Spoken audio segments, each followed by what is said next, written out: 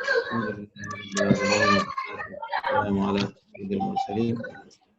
وعلى آله وصحبه ومن بإحسان إلى يوم الدين أما بعد.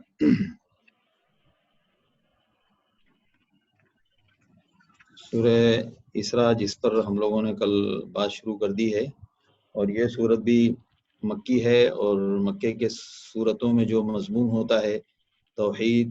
رسالت اور فکر آخرت کا عقیدہ، تو وہی ملا جلا مضمون اس صورت میں ہے. لہذا آیت نمبر 18 میں اللہ فرما رہے ہیں کہ جس کو دنیاوی زندگی کا مقصد ہوگا اور جو صرف زندگی کے لیے جیے گا دنیا کے لیے، تو ہم اس کو یہاں کی زندگی کے مطابق دے دیں گے، لیکن آخرت میں اس کے لیے کوئی حصہ نہیں بچے گا. یعنی جو صرف دنیا کے لیے جیتا ہے تو اس کے وہ صرف دنیا کے لیے ملے گا، آخرت میں اس کے لیے کوئی حصہ نہیں. اور جو آخرت کے لیے جیتا ہے، آخرت کو سامنے رکھ کے اور اس کے لیے کوشش بھی کرتا ہے، تو اس کی کوششوں کی قدر بھی ہوگی اور اس کو وہاں اس کا اچھا صلہ بھی ملے گا. دیتے تو دونوں کو ہم ہی ہیں، کلن نمد ہؤلاء وہؤلاء من عطاء ربک، چاہے وہ صرف دنیا کے لیے جینے والی جماعت اور لوگ ہوں یا آخرت کے لیے بھی محنت کرنے والے، ساتھ میں دنیا کے ساتھ آخرت کے لیے بھی جو لوگ محنت کرنے والے، اور دنیا کا مقصد ان کا عارضی ہے اور آخرت کو اصل مقصد بنا کے جو جیتے ہیں، تو دیتے ہیں دونوں کو ہم ہی. وما کان عطاء ربک محظورا، اور اللہ کی عطا کو کوئی روک نہیں سکتا. لہذا جو کہنے کی بات ہے وہ کیا کہ لا تجعل مع اللہ الہا آخر، اصل بات یہ ہے کہ اللہ کے ساتھ کسی دوسرے کو معبود نہ بنایا جائے، ورنہ فتقعد مذموما مخذولا، ورنہ بے سہارا ملامت کے ساتھ بے سہارا چھوڑ دیے جاؤ گے. اور تمہارے رب نے یہ فیصلہ کیا ہے کہ اللہ کے علاوہ کسی کی عبادت مت کرو، اور والدین کے ساتھ حسن سلوک کرو، اور ان میں سے کوئی دونوں یا کوئی ایک بھی اگر تمہیں زندگی میں ملے اور ان کی عمر زیادہ ہو چکی ہو تو فلا تقل لهما، ان کو اف تک مت کہو، ان کو جھڑکو بھی مت، اور ان کے ساتھ شریفانہ لہجہ اور ادب والا لہجہ اور نرمی والا لہجہ اختیار کرو. واخفض لهما جناح الذل، اور ان کے لیے جتنا ممکن ہو سکے نرمی کا پہلو اختیار کرو. خفض اور جناح الذل اور من الرحمہ، تین چیزیں وصف جمع کیا گیا ہے تاکید در تاکید، جھکنا اور اپنے آپ کو اس کے لیے پستی کے ساتھ اور رحمت کے ساتھ، یعنی جتنا ممکن ہو سکے نرمی والا پہلو اختیار کریں ان کے سامنے، تواضع والا، اور ان کے لیے دعا بھی کرنا ہے، عملی طور سے ان کے لیے نرم بھی رہنا ہے اور اللہ سے ان کے لیے نرمی اور رحمت کی دعا بھی مانگنی ہے. تمہارا رب خوب جانتا ہے کہ تمہارے دلوں میں کیا ہے. پھر اس کے بعد دوسرا حکم دیا گیا، توحید کے متقاضی احکام دیے جا رہے ہیں. والدین کے ساتھ حسن سلوک جو یہ بھی توحید کا متقاضی حکم ہے. جو بندہ توحید میں جتنا بڑا ہوگا وہ اپنے والدین کے ساتھ حسن سلوک میں اتنا فائق ہوگا. اگر کوئی بندہ توحید کی بات بہت کرتا ہے اور والدین کے ساتھ اس کا حسن سلوک درست نہیں ہے تو پھر اس کی توحید کمزور ہے. اس کی توحید کے تقاضے جب پورے ہوتے ہیں تو توحید پکی ہوتی ہے. لہذا اس کے بعد ایمان کے تقاضے کی جو چیزیں ہیں اس میں سے پھر ایک آگے دوبارہ حکم آ رہا ہے والدین کے ساتھ حسن سلوک. اس کے بعد وآت ذی القربى حقہ والمسکین وابن السبیل، اپنے رشتہ داروں کو ان کا حق دو، اور مسکین کو اور مسافر کو، ولا تبذر تبذیرا، اور زیادہ فضول خرچی کے شکار مت ہو جاؤ، زیادہ فضول خرچی کی عادت مت ڈالو، اور فضول خرچی سے گریز کرو، پرہیز کرو. اس لیے کہ جو لوگ فضول خرچی کرتے ہیں وہ شیطان کے بھائی ہوتے ہیں. اب اس میں ایک نکتہ سمجھتے ہوئے چلیں کہ رشتہ داروں کے لیے یہ لفظ کہا گیا کہ وآت ذی القربى حقہ، لہذا ہر بندے کے پاس جو صاحب حیثیت ہے اس کے پاس اس کے رشتہ داروں کا حق اللہ نے دے کر چھوڑا ہے امتحان کے لیے. حق اس کا ہے اور مالک آپ کو بنایا ہے. اب اگر آپ اس کا حق نہیں دیتے ہیں تو اس کا مطلب ہے اس کا حق ہم نے مار کے کھا لیا، ظاہر سی بات ہے اس کا قیامت کے دن حساب ہوگا. ایک حق وہ ہے جو لازمی ہے، جو بتایا گیا کہ زکوٰۃ کی شکل میں دینا ہے. ایک وہ حق ہے جو آپ کے چوائس پر چھوڑا گیا. حق تو ان کا ہے لیکن آپ کے چوائس پر چھوڑا گیا. تو جو چوائس پر چھوڑا گیا ہے اس کو اپنے پیٹ میں اور اپنی ہی جیب تک محدود نہیں رکھنا چاہیے. لہٰذا اس میں جو سب سے بڑی چیز رکاوٹ بنتی ہے کہ رشتہ داروں کو ان کا حق نہ دیا جائے اور مسکینوں تک نہ پہنچے اور مسافر کو کی خاطر نہ کی جائے اور اس کی تعاون اور اس کی اعانت نہ کی جائے. اس میں رکاوٹ کیا بنتی ہے؟ فضول خرچی. یہ بہت اہم، بہت سادہ سا نکتہ ہے. مثال کے طور پر جن لوگوں کو اللہ نے حالات اچھے دیے ہیں ان کے اندر اس بات کی صلاحیت موجود ہے کہ وہ اپنا گھر بنائیں تو اس میں